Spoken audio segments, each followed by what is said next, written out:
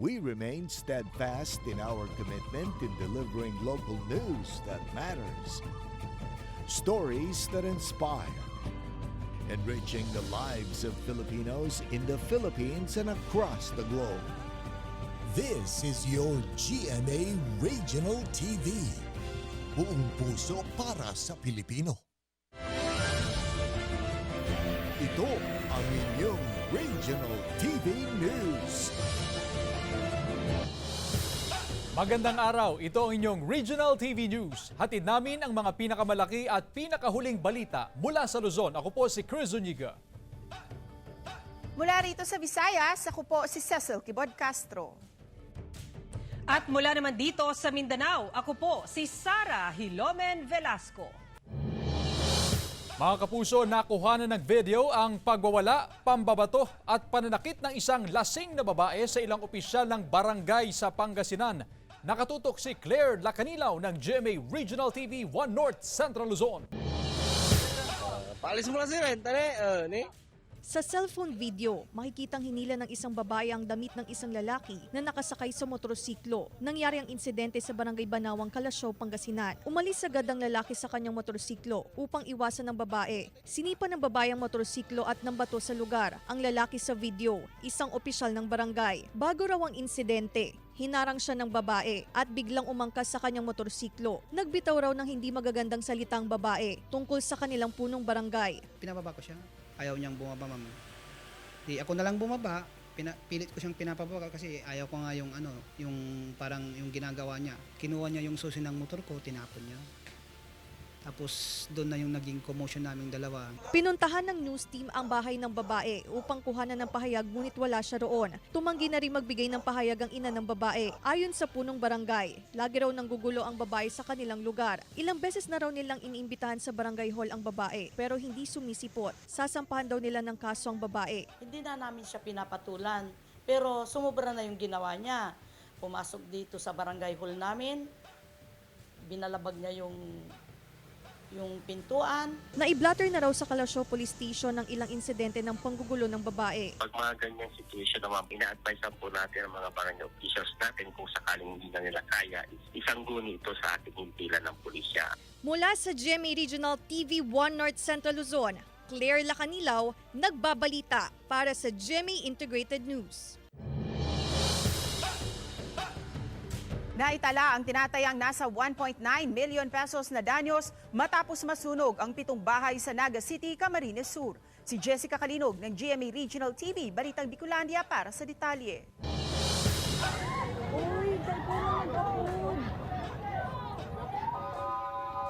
Ito ang sitwasyon na gumising sa natutulog ng mga residente ng Sitio Espocoy, Barangay Sabang sa Naga City, Camarines Sur. Mag-aalas 10 ng gabi nitong Pebrero 25.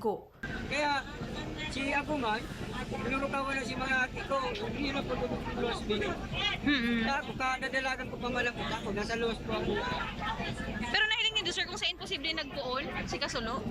Saan po lang po talaga, ma? Nasa kanyang trabaho naman ang 29 anyos na si Joseph nang mangyari ang sunog. Kaya laking pasasalamat naman ito na ligtas na nakalabas ng kanilang bahay ang kanyang lola at mga pamangkin. Pero ang kanilang mga gamit kasama sa nasunog. Makulog sa bauta, pinagalan man maghanap trabaho, makabalang gamit, asawag lang yung mangyayari, masusulo bigla. Di mo inaasahan. Kaya pansamantala munang nakikituloy sa mga kamag-anak ang pamilya ni na Joseph at Tatay Ricky, maging ang iba pang nasunugang pamilya. Sa tala ng Barangay Sabang, 7 kabahayan ang napinsala ng sunog, 4 ang natupok ng apoy, partially damaged naman ang 3, habang wala namang naiulat na nasaktan sa insidente. May pigpadara ng mga taga-DSWD to help us. Pero may man kami digding nagkakampanya laban sa araw kaning Kasulo. Daimi lang nagkaigawang Kasulo. Nagpapatuloy naman ang investigasyon ng Naga City Central Fire Station sa nangyaring sunog. Proximate kasi itong dalawang wall, which is yung dalawa gumagamit sila pareho ng wooden page stove, kaya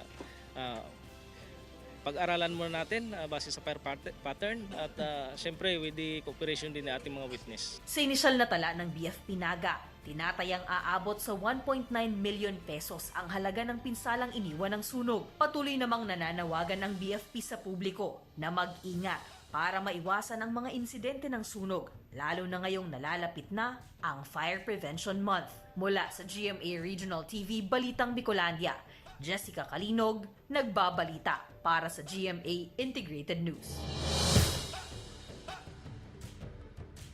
Isa ang patay habang isa naman ang sugatan sa magkahiwalay na aksidente sa Batangas.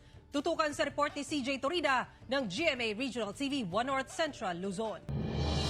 Patay ang rider ng motorsiklo matapos sumalpok sa kasalubong ng SUV sa Lipa City, Batangas. Sugatan ang angkas na nagpapagaling sa ospital. Tumangging magbigay ng pahayag ang driver ng SUV na uwi sa areglo ang insidente. Nasawi ang 57 anyos na rider ng motorsiklo matapos bumangga sa nakaparadang truck sa Barangay Sabang, Tuy, Batangas. Dinala pa sa ospital ang biktima pero hindi na umabot ng buhay. Ayon sa pulisya, nagkaroon na ng pag-uusap sa panig ng truck driver at ng pamilya ng biktima. Muling nagpaalala ang pulisya sa mga motorista na mag-ingat sa pagmamaneho para makaiwas sa disgrasya.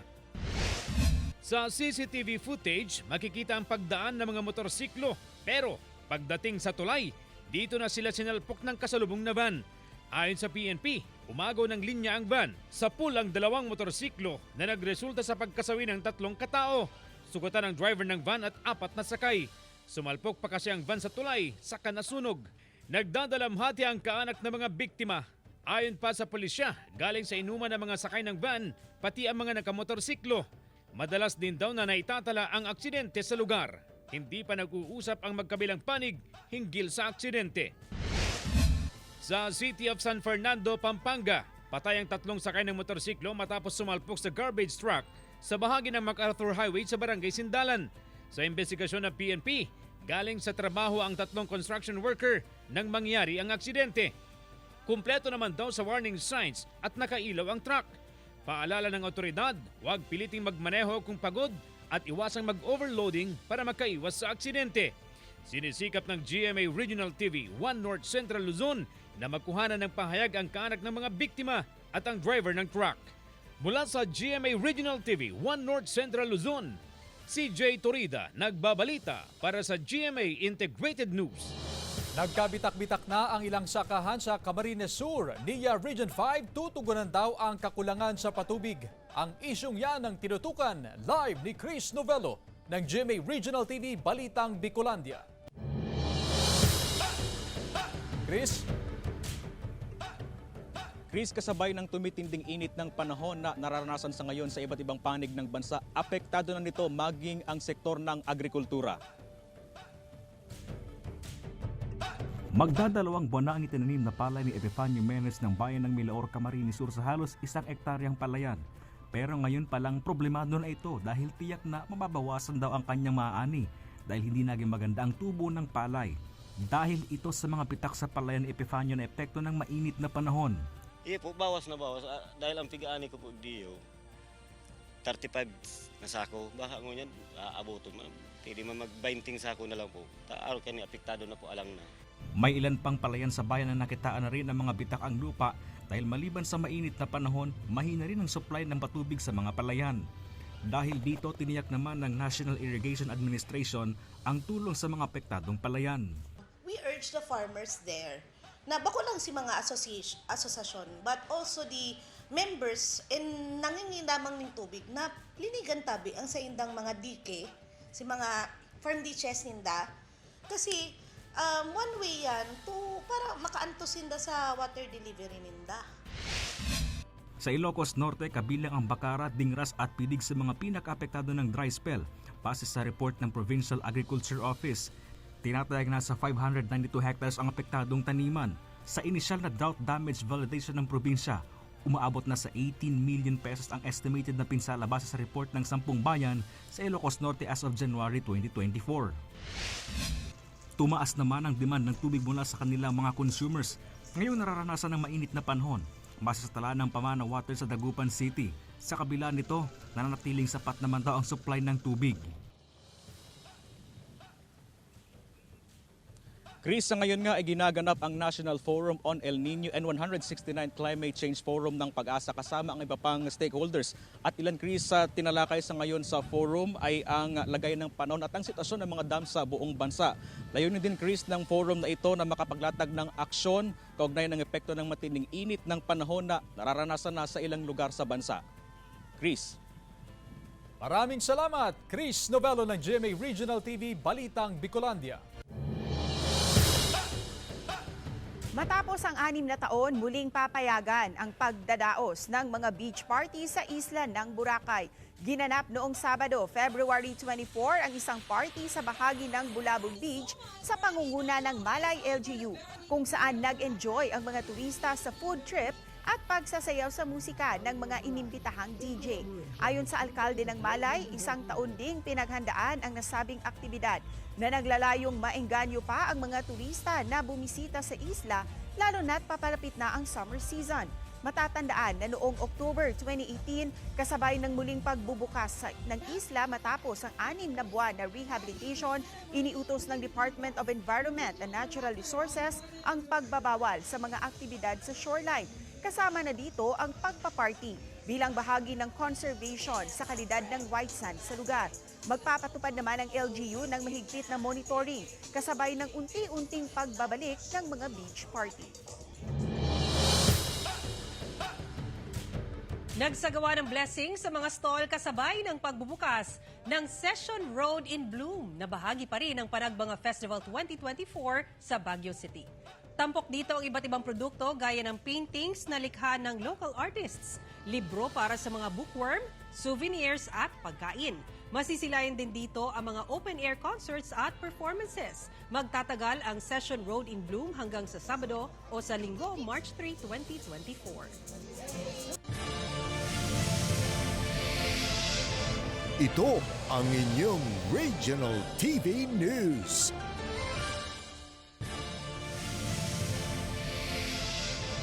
Ito ang inyong Regional TV News.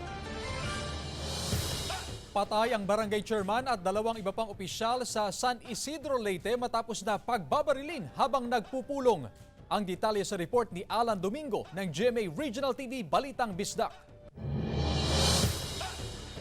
Patay sa pamamaril ang isang punong barangay, isang kagawad at isang tanod sa Dahadiot sa San Isidro, Leyte nitong Sabado, February 24. Ayon sa pulisya, habang nagpupulong sa loob ng barangay hall ang 3 biktima, biglang pumasok ang 4 na lalaki at 2 sa kanila ang bumaril. Sugatan naman ang isang sibilyan na nakatayo lang sa harap ng gate ng barangay hall. Patuloy na inaalam ng pulisya ang pagkakakilanlan ng masalarin at motibo ng krimen. Sa Zamboanga City, pinaulanan ng bala ng hindi pa nagkikilalang mga suspek ang 3 kapitan ng 3 barangay sa Isabela City, Basilan habang palabas ang mga ito sa isang hotel sa Zamboanga City pasado alas 9 linggo ng gabi, Pebrero 25. Ayon sa kapulisan, kukunin lang sana ng mga biktima ang kanilang mga gamit sa loob ng kanilang sasakyan ng pagbabarilin ng hindi pa nakilalang mga suspek. Nagtamo ng 3 tama ng bala ng baril sa iba't ibang bahagi ng katawan ang presidente ng Isabela City Association of Barangay Chairperson at kasalukuyang kapitan ng Barangay Seaside sa Isabela City, Basilan. Habang sugatan naman ang kapitan ng Kaumporna Zone 1 matapos tamaan ng bala sa leeg at kaliwang braso. Maswerte namang hindi tinamaan ng bala ang kapitan ng Kaumporna Zone 2. Agad namang dinala sa ospital ang mga biktima, ngunit idiniklarang dead on arrival ang isa sa kanila. Inaaramdam natin kung ano yung mga motibo. Yung motibo sa pangyayari. Lahat ng mga anggulo tinitignan natin in relation to this. Could be agravio personal. Pinagbabaril ang SUV na ito pasado alas 7 ng umaga kahapon, Pebrero 26, sa highway sakop ng Barangay Kalansayan sa San Jose, Batangas. Lula ng sasakyan ng dating Municipal Councilor ng San Jose. Sugatan ang biktima na nagtamo ng tama ng bala sa iba't ibang bahagi ng katawan. Kagad siyang dinala sa paggamutan. May mga naiwan pang basyo ng bala sa crime scene.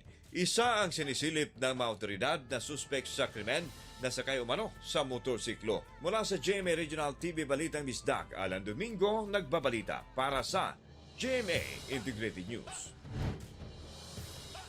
Sugatan ang isang lalaki sa Naga City, Camarines Sur matapos mahagip ng tren. Ang detalye sa report ni Chris Novelo ng GMA Regional TV Balitang Bicolandia. Sugatan ang 30 anyos na lalaking ito matapos mahagip ng dumaang tren mula sa Legazpi City, Albay na patungo sa Naga City, Camarines Sur nitong Pebrero 24 ng umaga. Napag-alaman na may bibilin sana ang lalaki sa Barangay Triangulo sa Naga City pero hindi nito napansin na paparating na tren dahilan para mahagip ito at tumilapon sa gilid ng riles. Agad namang rumisponde ang mga otoridad at tinakbo sa ospital ang biktima. Sa kasala si Iling niya, una niya ang train duman-alik sa Lerma, pasiring sa Albay. Pero si tren aling Albay, pasiring sa Lerma. Dala si estimate niya. Kaya pag-berik niya, tamang-tama.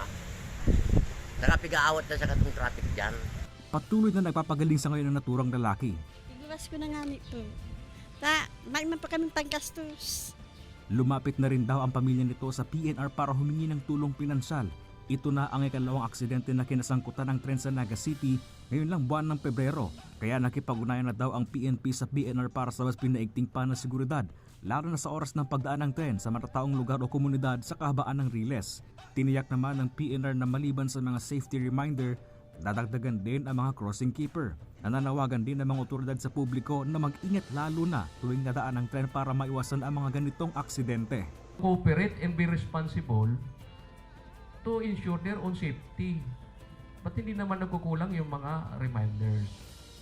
Kaya meron ding pinag-promise si JM na talagang we work out nila to put up additional na mga physical barrier. Mula sa GMA Regional TV Balitang Bicolandia, Chris Novelo nagbabalita para sa GMA Integrated News. Alas 8 na umaga kahapon, dumating sa Davao City Hall of Justice si dating Vice Presidential Candidate Walden Bello kasama ang kanyang mga abogado para sa trial ng cyber libel case na isinampa laban sa kanya. Ito ang kasong isinampa ni Jeffrey Tupas, dating Information Officer ni Davao City Mayor at ngayon ay Vice President at DepEd Secretary Inday Sara Duterte. Ito matapos akusahan ni Bello si Tupas na sangkot daw sa illegal drug trade noong kasagsagan ng campaign period para sa 2022 national elections. Ang trial ay sinagawa sa sala ni Regional Trial Court 10 Presiding Judge Retrina Fuentes. Hindi naman dumating si Jeffrey Tupas sa hearing at nagpadala lang ito ng bagong testigo na kaibigan ni Tupas. December 5, 2022, nag-file ang kampo ni Bello sa Supreme Court na i-decriminalize ang libel. Pero hanggang ngayon ay wala pang inilabas na desisyon ang Korte Suprema ukol dito. We're quite confident, hopeful about the outcome of this in terms of our case. And my own personal opinion is the judge has a reputation of being fair.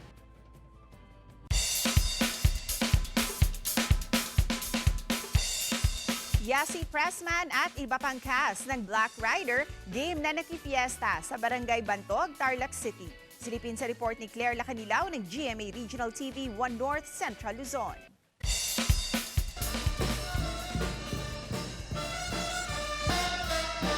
Sa tugtugin pa lang ng banda, buhay na buhay ang kapistahan ng Barangay Bantog sa lungsod ng Tarlac. Mas tumindi pa ang kasiyahan sa lugar nang dumalaw at makifiesta. Ang cast ng GMA series na Black Rider na handog ng GMA Regional TV. Hiyawan at palakpakan ang sumalubong sa Golden Scorpion Boys ng palabas na sina Xavier Ramos, Kim Perez, at Joaquin Manansala. Nakakatuwa yung mga tao, sobrang enjoy sila. Maraming salamat sa mainit na pagtanggap sa amin. Thank you so much po sa mga suporta, di ba? Nakakatuwa yun, nakakataba ng puso. Nanonood sila ng Black Ride. Yes, Salamat po sa mga taga-Tarlac. At sana ma-invite niyo po kami uli dito. No? Yes. Nang ibabaw sa kanilang kulitan na malayo sa kanilang intimidating roles bilang miyembro ng Golden Scorpion.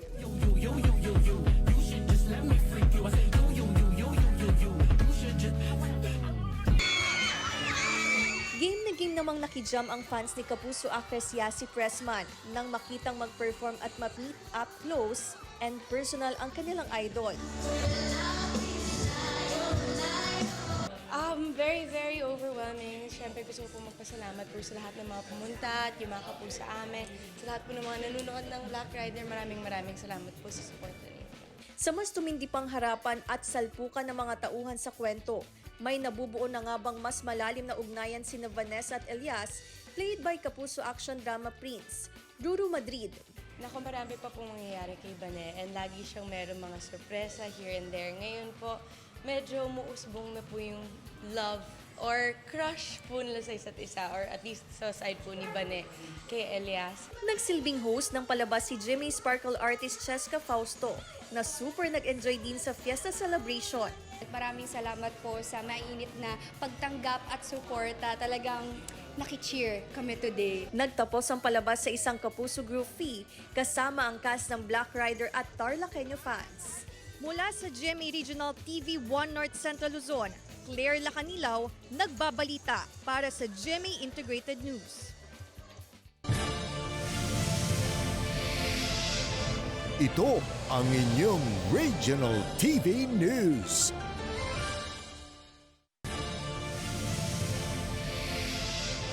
Ito ang inyong Regional TV News. Balik normal na ang kalidad ng hangin sa Baguio City matapos maapektuhan dahil sa mga naitatalang forest fire sa ilang kalapit bayan.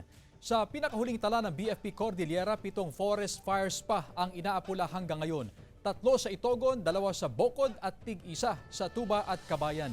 Hindi mandatory ang pagsusuot ng face mask pero inirekomenda ng otoridad lalo na sa mga may respiratory ailments. Samantala, patay ang isang lalaki ng pagsasaksakin sa isang birthday party sa Iloilo. Sospek hindi pa tukoy ng PNP. May detalye si Zen Kilantang Sasa ng GMA Regional TV 1 Western Visayas.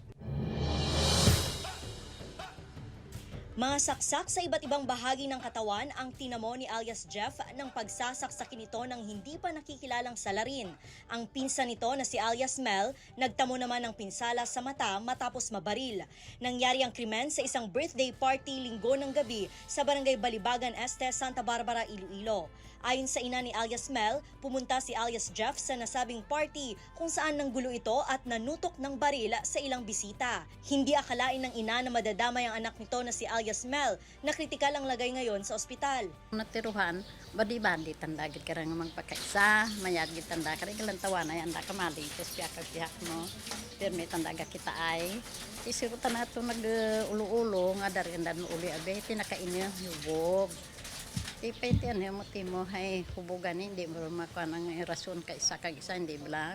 Ayon sa mga residente, nakarinig sila ng putok ng baril pero hindi na sila nagpa-unlock ng interview. Base sa investigasyon ng pulisya, posibleng dating alitan ng hindi pa nakikilalang suspect at biktimang si alias Jeff ang motibo sa krimen. Na-recover sa crime scene ang kutsilyo at 38 caliber revolver. Hindi pa natutukoy sa ngayon kung sino ang nakabaril kay alias Mel. Nagpapatuloy pa ang investigasyon ng kapulisan. Nadatnan na lang ng mga residente na wala ng buhay ang sugatan at nakahandusay na isang lalaki sa waiting shed sa Corazon Aquino Drive sa Barangay Taculing, Bacolod City. Ayon sa ilang nakasaksi, 4 na putok ng baril ang narinig nila bago natagpuan ang biktima. Nakabati kami lupok. Pagwa namon, kita lang namon ang garayad ng biktima sa may waiting shed. May ilang saksi din na nakakita raw sa 2 lalaki sakay na motorsiklo na mabilis na tumakas mula sa waiting shed kung saan naiwang nakahandusay ang biktima. Hindi ma'am, bago lang naman nakita din. Tinututukan ngayon ng pulisya kung konektado ba ang krimen sa iligal na droga. Maliban sa iligal na droga, iniimbestigahan din kung may koneksyon ito sa trabaho ng biktima sa isang BPO company. Mula sa GMA Regional TV 1 Western Visayas, Zan Kilantang Sasa, nagbabalita para sa GMA Integrated News.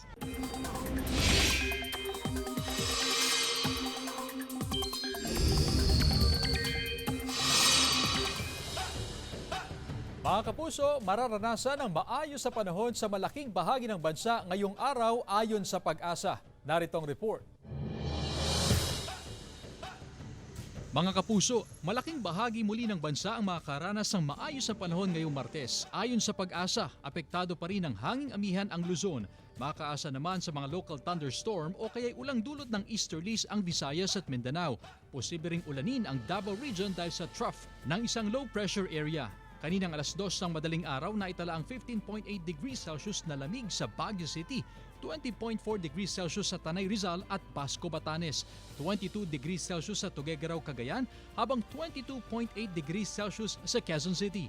Ngayong umaga, asahan ang pag-ulan sa ilang bahagi ng Northern Luzon, Aurora, Quezon, Bicol Region, Visayas, Caraga Region, Davao Region, Northern Mindanao, Soc-Sargen at Barm base sa rainfall forecast ng Metro Weather. Pagsapit ng hapon, uulanin na rin ang ilang pangpanig ng bansa, partikular sa Mindanao. Posible ang heavy rain sa ilang lugar na maaring magdulot ng baha o landslide.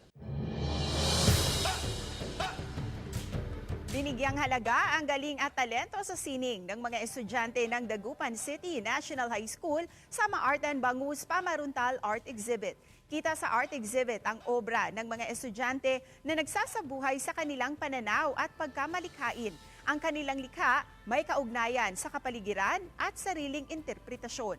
Pinakamalaki sa obra ang 4 feet by 4 feet na portrait ng isang babae. Bawat miyembro ng grupo may bahagi sa pagpipinta ng larawan. Alay raw nila ang obra sa namayapa nilang kaklase.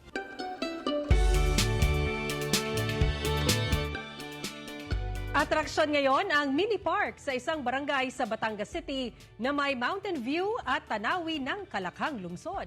Ating pasyalan sa report ni Paul Hernandez ng GMA Regional TV Balitang Southern Tagalog.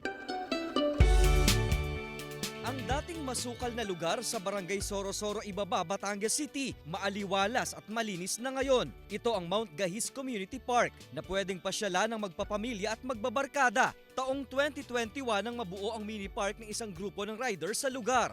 Nung nalinis namin, unti-unti dumadating ang tao, nakikita namin yung potensyal, kaya mas halong pinag-igi at pinagpaalam namin sa dating administrasyon ng barangay na ito ay ipagpatuloy na. Nasa 1,200 square meters ang lawak ng community park kung saan pwede mag-selfie-selfie, mag-unwind at picnic all-in-one with nature. Sariwang hangin, makaka-relax ka dito. Kaya ito ay aming i-develop na mapaayos. Mapapawaw sa refreshing mountain view at lunti ang tanawin mula sa itaas. Agaw pansin ang century-old acacia tree na nasa pusod ng parke. Hindi na po kami dadayo sa ibang lugar, hindi na kami gagastos ng malaki para lang po makapamasyal sa iba. At saka isa pa po ay ito po ay may ipagmalaki namin talaga. Libreng mapapasyalan ang lugar, pero payo ng kinauukulan sa mga bibisita, panatilihin ang kalinisan sa community park. Dahil sa nararamdamang mainit na panahon, isa sa mga magiging destinasyon ng publiko ang nagagandahang beach sa Bicol Region. Sa bayan ng Vira, Catanduanes, maliban sa mga beach, maaaring bisitahin ang Sunflower Farm sa Barangay Paho, Baguio. Buhay na buhay sa kulay ang lugar dahil sa halos 1,000 sunflowers na namumukadkad. Inaasahan din na mas madaragdagan ang mga nakatanim na sunflowers sa lugar sa mga susunod na buwan. Panawagan naman ng caretaker sa mga bisita na iwasang masira ang mga bulaklak at panatilihin ang kalinisan sa lugar. Actually, yung lugar na to is maganda kasi tahimik po talaga eh. Buwan ng Abril o Mayo, sana mayroong bumisita rito kasi makukuha ng bulaklak na sunflower. Mula sa GMA Regional TV Balitang Southern Tagalog, Paul Hernandez nagbabalita para sa GMA Integrated News. Samantala, mapapanood niyo po ang episode na ito sa official website ng GMA Regional TV, www.gmaregionaltv.com. Pwede rin kayong bumisita sa aming official YouTube channel, GMA Regional TV, at i-click ang subscribe button para sa pinakamainit na balita mula sa mga rehiyon. Nais naming pasalamatan ang mga kapuso sa iba't ibang panig ng Pilipinas, maging ang mga kapuso natin abroad. Dahil sa GMA Regional TV, Local News Matters. Kami ang Regional TV News, buong puwersa para sa mas malaking misyon at mas malawak na pagdilingkod sa bayan.